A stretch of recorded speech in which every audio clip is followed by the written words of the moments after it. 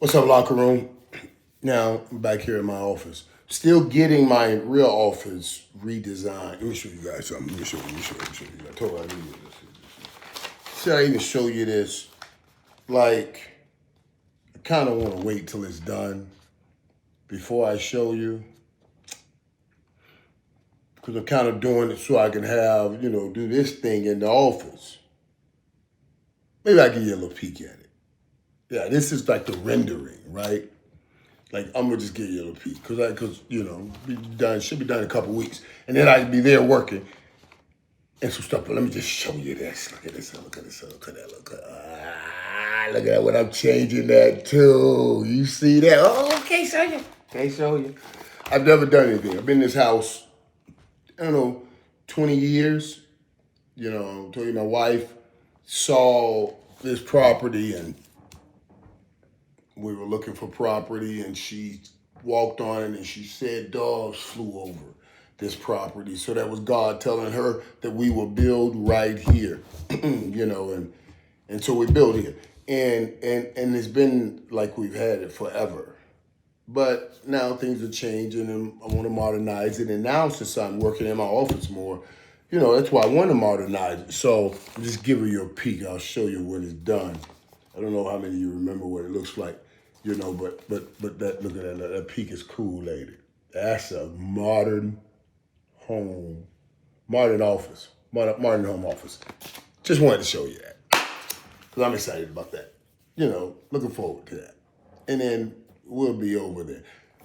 And this will go back to my picture sitting room. I got pictures all over this room because, like I told you guys before, growing up, we used to have pictures going all down walls and everything, but as you start as houses kept growing and modernizing, all those pictures came off the wall, and I used to like seeing all of my family members on the wall, because you just remembered family. Now every picture you have is in this thing. So yeah, so I keep a sitting room to come in and reflect, think through, look back, look ahead. Well, everything. That's what I meant. That's where I'm not. Where I am. That's where I am right now, because I moved things over here while they're redesigning the office.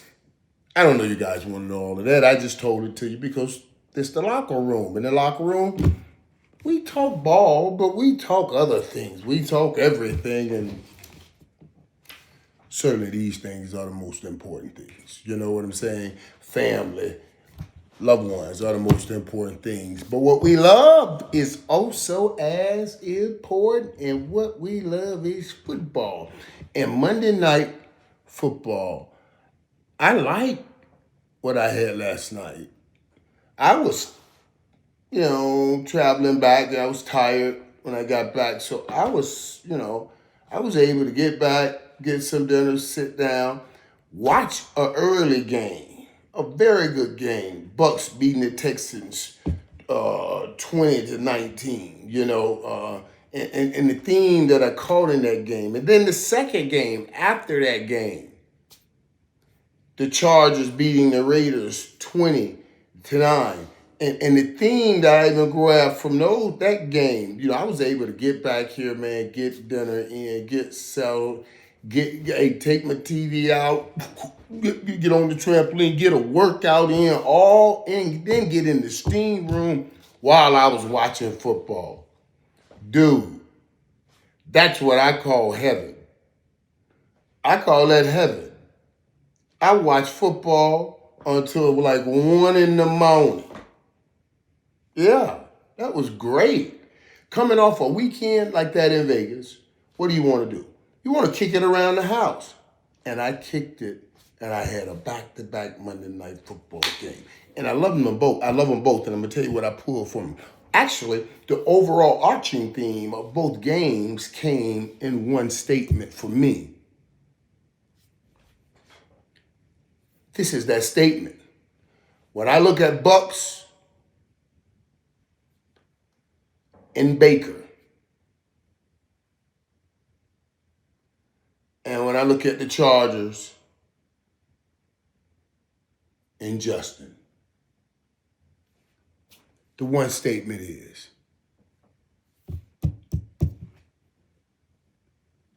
this is fitting. Both perspectives. This is fitting. The Bucs with Baker Mayfield. Baker Mayfield threw for 215 yards and 2 touchdowns.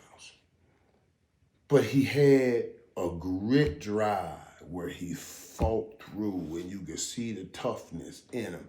And this is what I'm saying. I was saying to myself, wow, this is fitting. This is Baker's team now, and he's such a different dude. He plays with such confidence now. He's playing like that's his team. You're coming after Tom Brady. You're playing like he's free to play. He's matured in such a way that you can see a man now, not the boy that went to Cleveland. And all of the toughness that he showed early in Cleveland, but he was not getting the wins.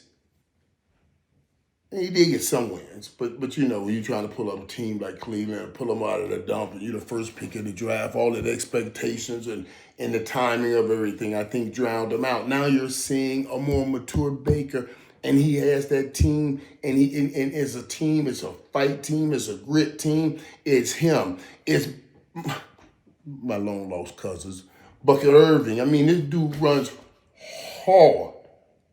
He runs hard, man, and I just like that, man. Irvin had 74 yards, man, but they were tough yards when he in a touch. When he gets it, he's a different runner. And then Mike Evans. So think about that. Those are all tough guys. Not the most physically gifted. Mike Evans is not going to run by anybody. Baker is not going to have the strongest arm. He's not going to be able to outrun anybody. But both of them all fight, and especially you throwing Bucky Irvin in that thing. Now you got a fight. And that's what I said. That's why I call it fitting. I call that fitting. And let's talk a little bit about the Texans too, because the Texans starting 0-2, and the Bucs starting 2-0. Texans starting 0-2. I felt bad for D'Amico Ryan and young Stroud. I know they're trying to get going, and they've done well getting in the playoffs the last couple of years. But 0-2 start is a hard start. And I love even listening to some of the things that the commentators were talking about of the young quarterback over with Houston, and how he's matured, and how he's talking about, we got to keep working hard, but these things have to result in wins, and him playing great. So the Texans still got some things to go, some ways to go, and I do think they'll get back in the fight. But I think this AFC is going to be tough, boy, this year. This is going to be tough. Now, the thing, I got to make sure we bring that up, because that is the kicker. The thing, when you start talking to AFC and the Texans and what they're going to look like after starting 0-2, and do they have a chance to make a playoffs, which we'll talk all about that later on. The Texans' chances, not anything they did, got better by other things happened. Okay, Joe Burrow going down. Now the Texans keep playing. You may have a shot here, because what would Cincinnati be without Joe Burrow? Now that he's going down, even though they're 2-0, that gives you some opportunity. And we'll talk about those quarterbacks after we talk about these quarterbacks. I call that fitting when I'm watching Baker Mayfield in the Tampa Bay Buccaneers. His personality, his grit, everything fits Tampa Bay, and that's the team that Tampa Bay is. I'm calling the same call here with the Chargers. And let me tell you, the Chargers are really saying, hold up, wait a minute. Let me put our name in it. That's what the Chargers are saying. Hold up, wait a minute. Let me throw our name in it. You open up the season beating Patrick Mahomes, and then you turn around and you beat the Raiders. Now, the Raiders with Geno, who threw for 150 yards, 150 yards, and Geno will give you some opportunities, and he did last night. He gave him some last night. But in Genty, I do think they got to get him worked in more. He only had 43 yards last night. But I saw one run that gave me everything I needed to see the kind of talent this kid has, man. You saw a short burst, a hop, another burst, another hop, and then started running. I said, that's serious. Now, all of that he did behind the line of scrimmage. So though it was pleasing to my eye gate, the reality is that was too many mugs back there behind the line of scrimmage. So they'll have to get that offensive line working a little bit better. Yeah, I saw some extraordinary things. In his ability, physical skill set. But where I saw him happening, no. They need to happen on the other side of the line of scrimmage. Whenever you see all those great moves made before you get to the line of scrimmage, that's a problem. You know what I mean? So the Raiders, they're going to have to get that thing going, especially Brock Bowers is hurt right now. He's not himself right now. And Jacoby Myers, I love him. 68 yards yesterday. I love how grit and tough he is. But Jacoby Myers, to me, is a number 2. And the Raiders need that bad number 1. And speaking of receivers, let's talk these Chargers when I told y'all how fitting they fit now. This is a Jim Harbaugh team.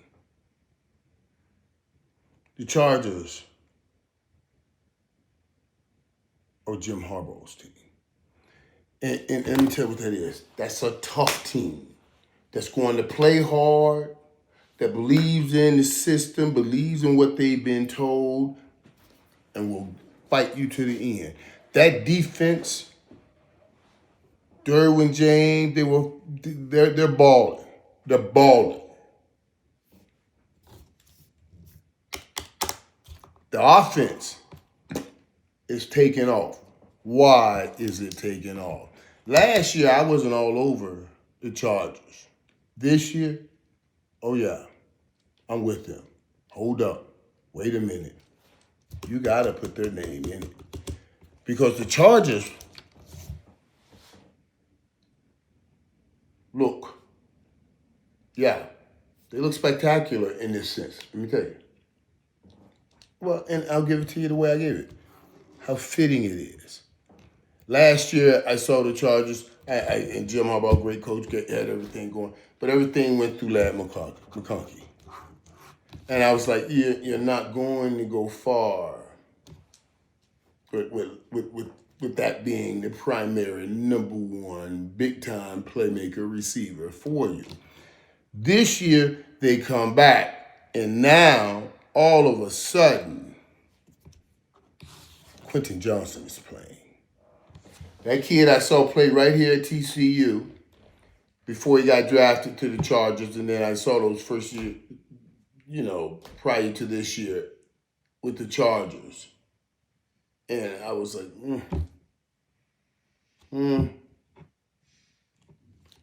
But this is year. This year, he's catching everything thrown to him. He's playing like a number 1 receiver, letting Ladd become that number 2, 3 receiver. Now, the Chargers have something because you got Johnson up the field. You got McConkey doing all of the dirty work inside. Think about a quarterback read. You got hitting on the shoulder pass. Justin Irvin, big, tough guy. They run the ball hard because that's what they're going to be, a physical team. That's what Jim Harbaugh loves. Offense, physical, defensive. I'm watching this defense, and I'm thinking about Joey Bosa. Like, man, how can they got rid of a talent like Joey Bosa, and they are balling. They are balling. So yeah, the Chargers are in the top of this National Football League right now. And when you think about it, think about how Jim Harbaugh, the same process he went through when he was in San Francisco, he's laying down that same footprint with the Chargers. That's great coaching too now. You know, he's asking for certain things out of his quarterback. Got his quarterback believing. Got the team believing in the quarterback. And now he's stepping up and pulling up. Man, I can't tell y'all how surprised and how pleased I am with Quentin Johnson, man, and the way he's playing. I'm going to have to reach out to him. I mean, I watched this kid at TCU, so I was expecting him to ball out when he first got to the Chargers, and things didn't work out. It's good to see now that they are working out. Somehow, some way, somebody said something that's got him going, and that is great.